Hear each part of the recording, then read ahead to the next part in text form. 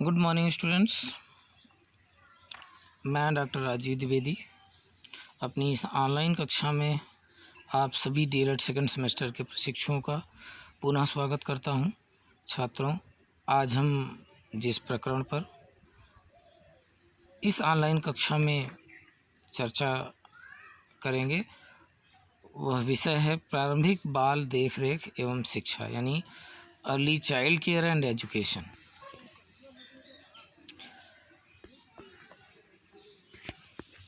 प्रारंभिक बाल देखरेख एवं शिक्षा यानी early child care and education, यानी इसको शॉर्ट फॉर्म में हम ECCE के नाम से जानते हैं।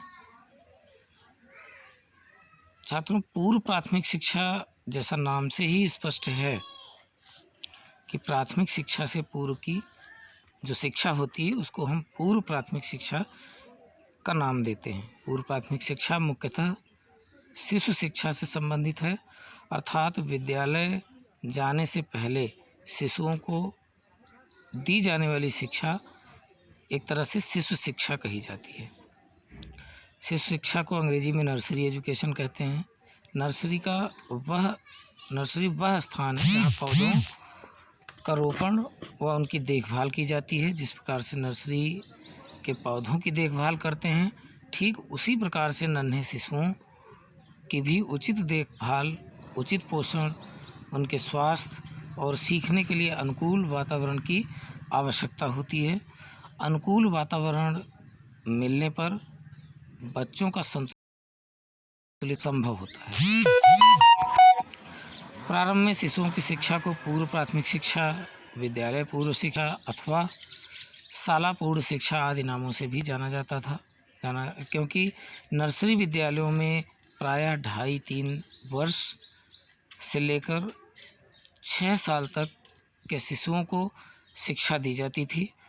2 अक्टूबर सन 1975 को भारत में एक देशव्यापी शिक्षा कार्यक्रम आरंभ किया गया, जिसे समेकित बाल विकास सेवाएं के नाम से जाना जाता है। इस कार्यक्रम में गर्भवती महिलाएं तथा गर्भस्थ शिशु से लेकर के 6 वर्ष या कभी कभी उससे भी अधिक आयु के बच्चों के स्वास्थ्य, पोषण एवं शिक्षा का प्रावधान है।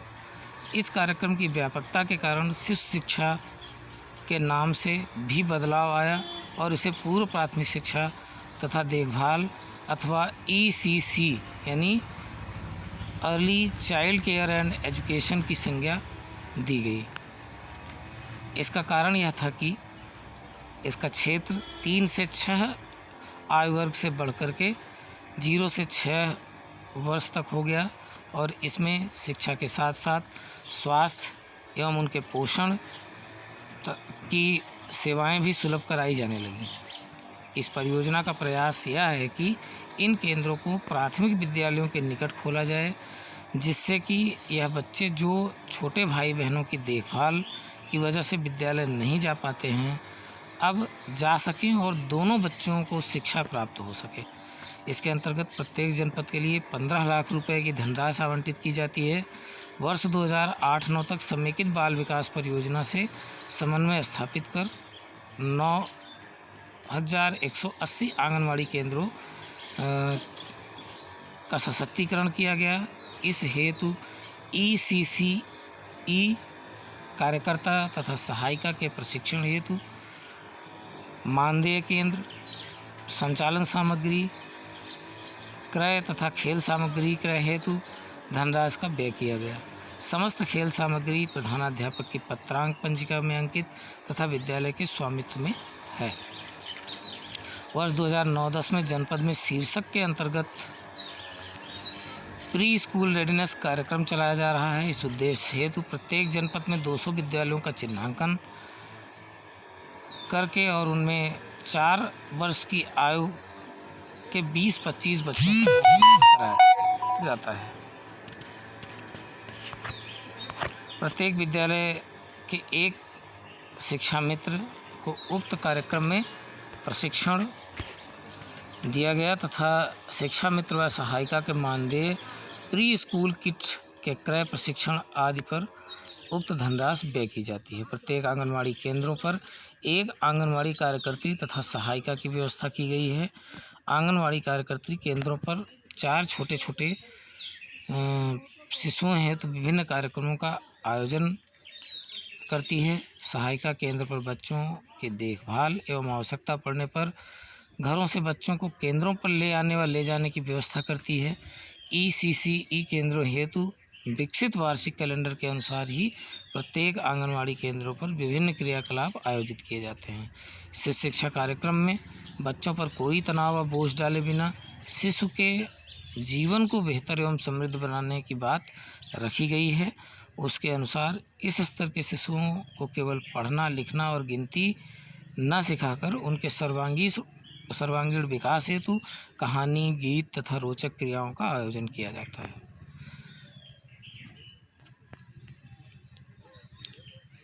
केंद्र की दैनिक क्रियाकलाप यानी इसके अंतर्गत जो दैनिक क्रियाकलाप किए जाते हैं और व्यक्तित्व के विभिन्न पक्षों का उन दैनिक क्रियाकलापों से जो विकास होता है उसका एक चार्ट भी यहाँ प्रदर्शित हो रहा है। जैसे नंबर 1 स्वागत, स्वच्छता की जांच, प्रार्थना। इस क्रियाकलाप से जो व्यक्तित्व के विभिन्न पक्ष का विकास होगा वह है सामाजिक विकास, स्वस्थ आदतें, शारीरिक विकास, मानसिक विकास। स्फूर्तिदायक क्रियाएं यानी जिससे कि शारीरिक विकास संभव होता है। वार्तालाप यानी भाषा का विकास एवं सामाजिक विकास संभव होता है। संज्ञानात्मक विकास हेतु इससे मानसिक विकास होता है। कक्ष के अंदर खेल की क्रियाएं, शारीरिक विकास, दीर्घ मांसपेशियों का विकास। कक्ष के बाहर के खेल, शारीरिक विकास, सूक्ष्म मांसपेशियों का विकास। इसके अतिरिक्त भाषाई खेल जिससे कि भाषा का विकास संभव हो सकता है।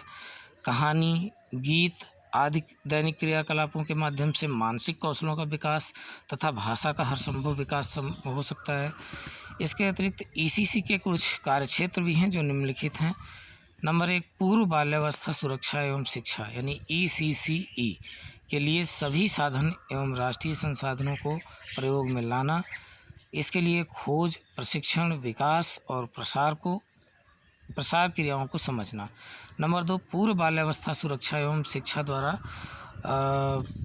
शिक्षा के क्षेत्र में राज्यों के लिए क्षमता का निर्माण करना तथा इस विभाग के अंतर्गत SCERT तथा डायट के विकास हेतु सहायता प्रदान करना।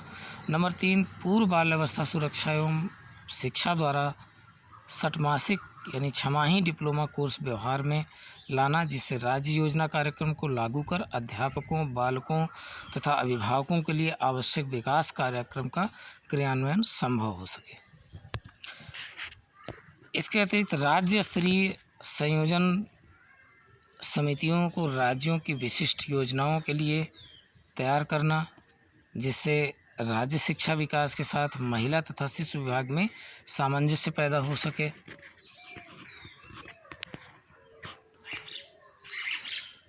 इसके अतिरिक्त नंबर 5 पूर्व बाल्यावस्था सुरक्षा एवं शिक्षा का कार्य है शिशु संचार माध्यम प्रयोगशाला किट का प्रबंधन तथा आवासीय स्वैच्छिक संगठन तथा अन्य निजी संस्थाओं के कार्य करने हेतु उत्साहित करना जिससे आंगनवाड़ी केंद्र तथा पूर्व प्राथमिक शिक्षा केंद्रों का विकास संभव हो सके। इसके अतिरिक्त पूर्व बाल्यावस्था सुरक्षा एवं शिक्षा के क्षेत्र में अनुभव के आधार पर रिसर्च अध्ययन के व्यवहार को लाना तथा इनका विकास करना आदि इसका प्रमुख क्षेत्र रहा है। छात्रों, आज हम लोगों ने इस टॉपिक के अंतर्गत प्रारंभिक बाल देखरेख एवं शिक्षा यानी early child care and education के संबंध में विस्तार से चर्चा की। नेक्स्ट वीडियो में किसी नए टॉपिक के साथ पुनः आपके समक्ष उपस्थित होऊंगा। तब तक के लिए धन्यवाद। जय हिंद।